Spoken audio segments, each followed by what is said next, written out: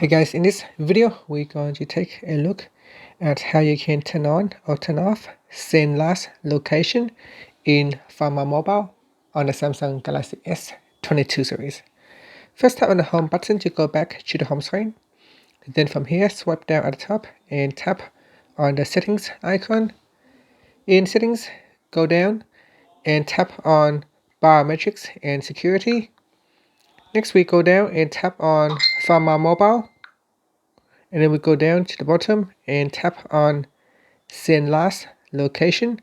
Tap on the toggle button to switch it on or turn it off.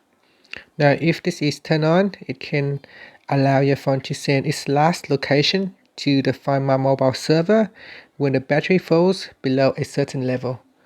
After that, you can tap on the home button to go back to the home screen. Thank you for watching this video. Please subscribe to my channel for more videos.